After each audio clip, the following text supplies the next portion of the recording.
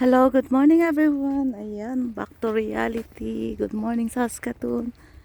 Good morning, good morning. Good evening in the Philippines. Ayan, first day back to work na si Bidang. May jet lag pa po ako. Pero syempre, kailangan natin mag-show up sa trabaho. Yan guys. Kami sa Pilipinas. Oh. Guys, tingnan nyo, naka-jacket pa rin ako dito. Gawa, malamig pa rin po. Sa Philippines, gantong oras para ka ng nasa hornuhan. So, ayan, na-miss po natin ang ating sasakyan. Good morning, good morning. Ayan, eto na naman ang kapaligiran. Pero, tingnan nyo, oh, ang gaganda ng mga yung mga, ayun, teka lang. Saskatoon berry po to guys, ayan. Pag namunga yan, i-flex natin. So, Sunday po ngayon dito. So, as usual, weekends ang pasok ni Bidang. So, dahil linggo ngayon, may pasok ako. And tomorrow ay holiday po dito. So, I don't know kung may schedule sila sa akin para bukas.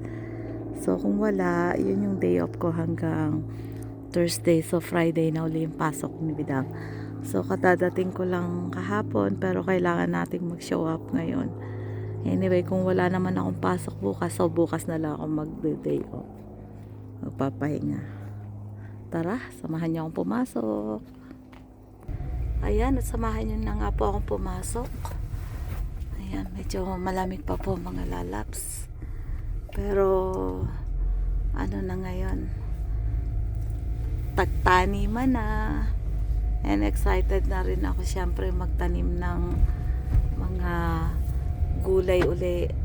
Hindi ako nakapagdala ng buto ng okra kasi wala akong makita or mahingian ng buto ng okra. Sayang, sana nakapagdala ako.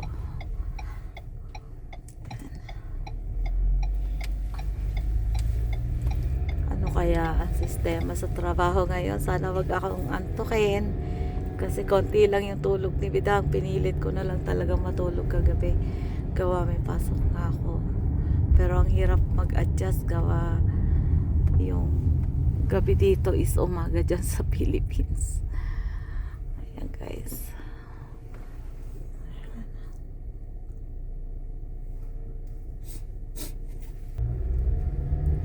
Kahapon yung pag-uwi namin, naka-short lang kami ni Patuti. Hindi kami naka-ready sa kasi sobrang init dyan sa Pilipinas.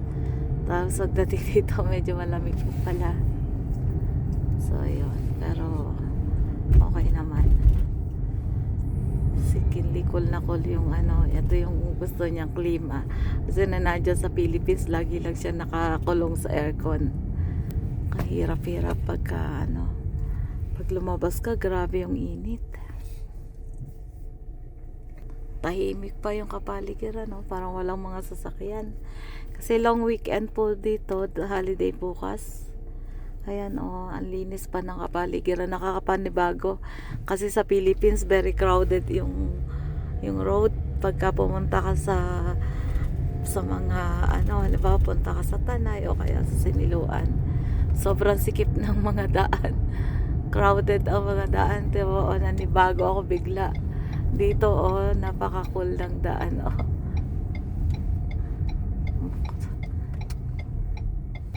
So, ayan guys, ang linis ng daan. Nanibago ako bigla. Sa atin, grabe, ang siksikan. Talaga namang bigla na lang may susulpot na mga motor sa mga gilid-gilid. Pag may nakita konting space, sisingit na yung mga sasakyan. So, talagang ibang-iba yung yung sistema yan guys. So, sobrang linis dito ng kalsada. Hindi siya ganun ka-crowded. Ayan. Makakamiss lang din talaga. Pero ang namiss ko talaga dyan yung maraming mga libreng mga prutas. Mananawa ka na sa mga prutas, sa mga pagkain. talagang yun yung nakakamiss na mga ano dyan. Yung mga sariwang mga gulay, mga sariwang mga isda. Ayun. So, ayan guys. So, na-flex ko lang uli po ang aking first day going to work.